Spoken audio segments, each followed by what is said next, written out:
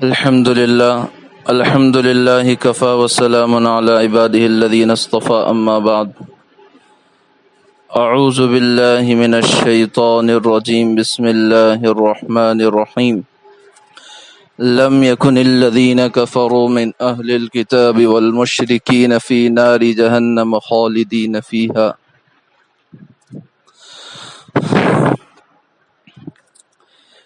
لم يكن الذين كفروا من أهل الكتاب والمشركين منفكين حتى تأتيهم البينة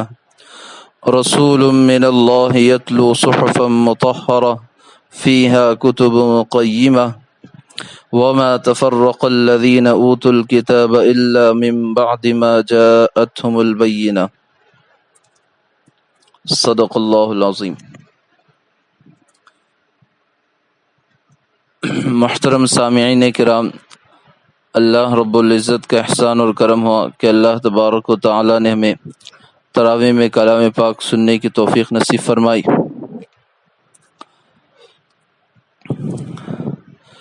تو بزرگوں،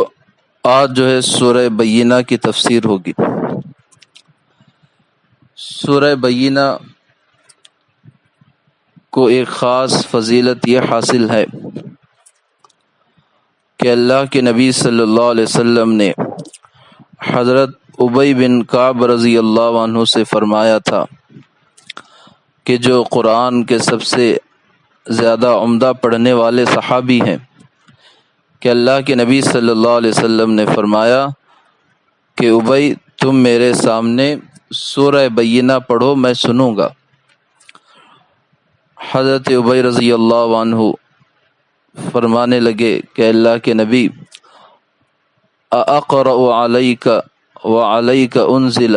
کہ کیا میں آپ کے سامنے پڑھوں اور حالانکہ قرآن آپ پر اترا ہے، یعنی میرا کیا مقام ہے کہ میں آپ کے سامنے تلاوت کروں۔ اور حضرت ابی رضی اللہ عنہ نے عرض کیا کہ اللہ کے نبی، کہ اللہ تعالی نے میرا نام لیا ہے؟ تو اللہ کے نبی صلی اللہ علیہ وسلم نے فرمایا کہ ہاں، اللہ تبارک و تعالی نے تمہارا نام لیا ہے۔ تو حضرت ابی رضی اللہ عنہ کی آنکھوں میں آنسو آئے۔ گویا جو ہے اللہ تبارک و تعالی کے اس اعزاز، اللہ تبارک و تعالی کی طرف سے اس اعزاز کے ملنے پر ایک خوشی ہوئی، اور انہوں نے جو ہے اللہ کے نبی صلی اللہ علیہ وسلم کے سامنے سورہ بینہ کی تلاوت فرمائی۔ تو بزرگوں، اس سورت کو ایک خصوصیت یہ حاصل ہے، اور دوسرے پورے قرآن کا خلاصہ اور جو اصل مضامین ہیں وہ تین طرح کے ہیں۔ ایک ہے توحید، یعنی اللہ تبارک و تعالی کو ایک ماننا، اللہ تبارک و تعالی ہی کو خالق و مالک جاننا، اور اللہ کے علاوہ کسی کی عبادت نہ کرنا۔ اور دوسرا مضمون ہے رسالت، کہ اللہ کے نبی صلی اللہ علیہ وسلم کو رسول ماننا، آپ کے بتائے ہوئے طریقوں پر چلنا، آپ کی ہدایت پر عمل کرنا۔ اور تیسرا مضمون ہے آخرت، کہ مرنے کے بعد اللہ کے سامنے کھڑے ہونے کا استحضار کا ہونا، مرنے کے بعد آنے والے سارے مرحلوں پر ایمان رکھنا، یہ آخرت ہے۔ تو بنیادی طور پر قرآن کریم میں انہی تین مضمونوں کو بیان کیا گیا ہے، اور سورہ بینہ میں اللہ تبارک و تعالی نے رسالت کا بیان کیا ہے، یعنی اللہ کے نبی صلی اللہ علیہ وسلم کے دنیا میں آنے کا ذکر، اور جو ہے آپ کی رسالت کے جو ہے اقرار کرنے والوں کو، انکار کرنے والوں کا ذکر کیا ہے۔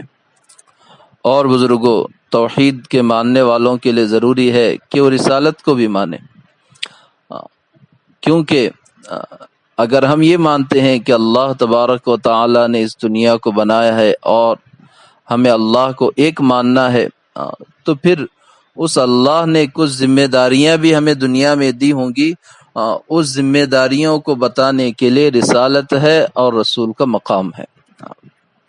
تو اللہ تبارک و تعالی نے جو ہے اس صورت کے اندر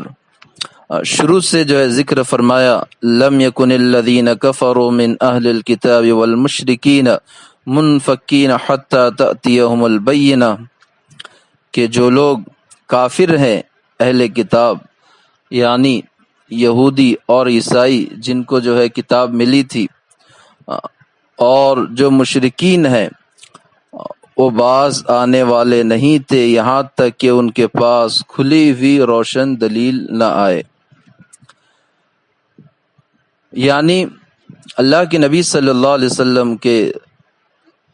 دنیا میں آنے سے پہلے بہت زیادہ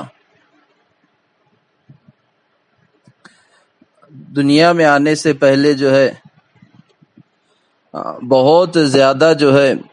امت گمراہی کے اندر پھنسی ہوئی تھی، تو ان کو ہدایت پر لانے کے لیے اور انہیں جو ہے سیدھا راستہ دکھانے کے لیے ایک نبی کی ضرورت تھی، جو اللہ تبارک و تعالی نے جس نبی کو ایک حکیم بنا کر اور جو ہے کھلی ہوئی نشانیاں یعنی قرآن دے کر امت کی رہنمائی کے لیے بھیج دیا۔ اور وہ کھلی ہوئی نشانی کیا تھی؟ رسول من اللہ یتلو صحفا مطہرہ، اللہ کا ایک رسول بھیجا جو ان کے سامنے پاکیزہ صحیفے پڑھ کر سناتا ہے۔ یعنی امت کی رہنمائی کے لیے اللہ نے رسولوں کو بھیجا، اور اس رسول نے آ کر جو ہے قرآن پڑھ کر سنایا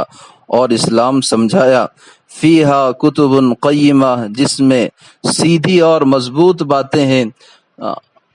جو اسلام کی جو ہے رہنمائی کرتی ہیں۔ لیکن بزرگوں، اللہ تبارک و تعالی نے جو ہے جب رسولوں کو بھیجا تو امت کا کام تھا، یہودیوں اور عیسائیوں کا کام تھا، مشرکین کا کام تھا کہ وہ جو ہے اللہ کے نبی صلی اللہ علیہ وسلم کی رہنمائی کو مانے اور اسلام میں آ جائیں، لیکن ایسا نہیں ہوا۔ قرآن آگے کہتا ہے، اللہ فرماتے ہیں وَمَا تَفَرَّقَ الَّذِينَ أُوتُوا الْكِتَابَ إِلَّا مِن بَعْدِ مَا جَاءَتْهُمُ الْبَيِّنَةُ، کہ جو اہل کتاب ہیں، یہودی اور عیسائی ہیں، وہ جو ہے الگ نہیں ہوئے مگر ان کے پاس واضح بات کے آ جانے کے بعد۔ یعنی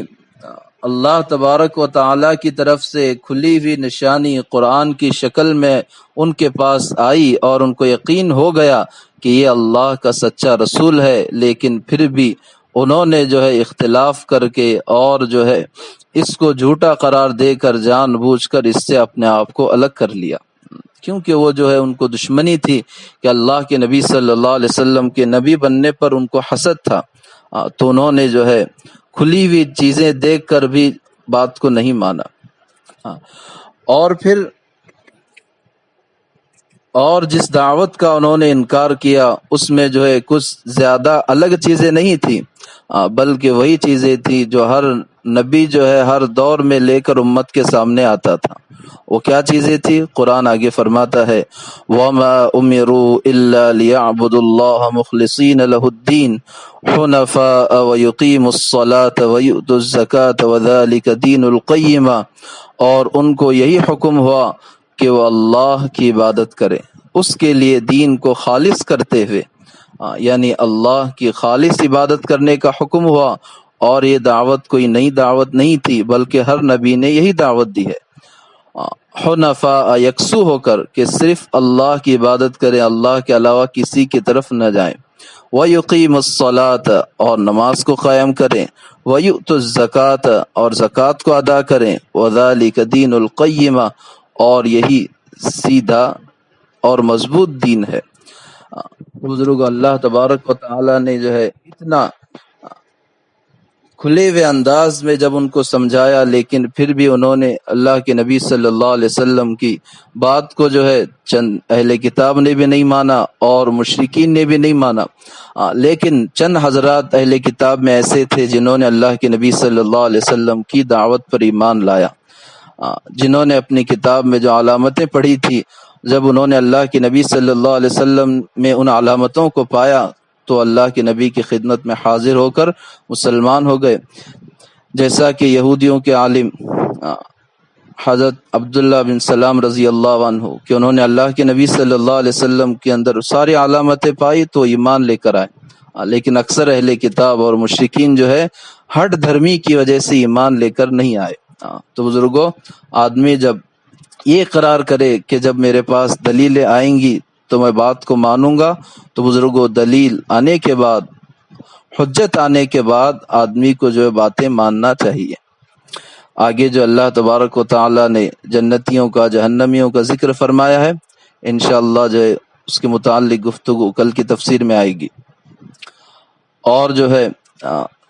کچھ سوالات بھی آئے ہیں ہمارے سامعین کی طرف سے۔ ایک تو جو ہے عورتوں کی نماز کا مسئلہ ہے،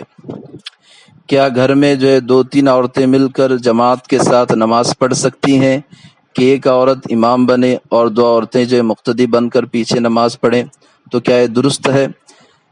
اس طرح کا سوال آیا ہے۔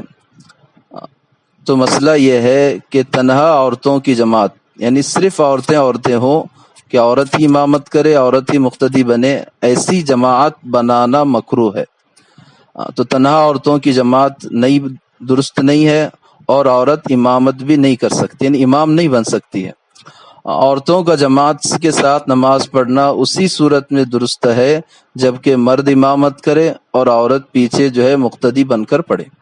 تو تنہا عورتوں کی نماز درست نہیں ہے۔ ایک سوال یہ آیا تھا۔ دوسرا سوال یہ آیا تھا کہ کیا روزے کی حالت میں اپنا جو ہے شوگر وغیرہ چیک کرنے کے لیے بلڈ ٹیسٹ کر سکتے ہیں کیا؟ اس کا جواب یہ ہے کہ روزے کی حالت میں جو ہے بلڈ وغیرہ ٹیسٹ کر سکتے ہیں، اس سے جو ہے روزے میں جو ہے کوئی اثر نہیں پڑتا، لیکن جو ہے مجبوری کی حالت میں کریں ایسا کہ جو واقعتاً مجبوری ہے تو خون وغیرہ جو ہے چیک اپ کرا سکتے ہیں، اس سے جو ہے روزے پر کوئی اثر نہیں پڑے گا۔ اور ایک ساتھی نے یہ مسئلہ پوچھا تھا کہ افطاری کا جو ہے وقت ہو گیا ہے اور دعا وغیرہ پڑھائی گئی، لیکن اب اس نے جو ہے جلدی میں بغیر دعا ہی کی افطاری کر لی،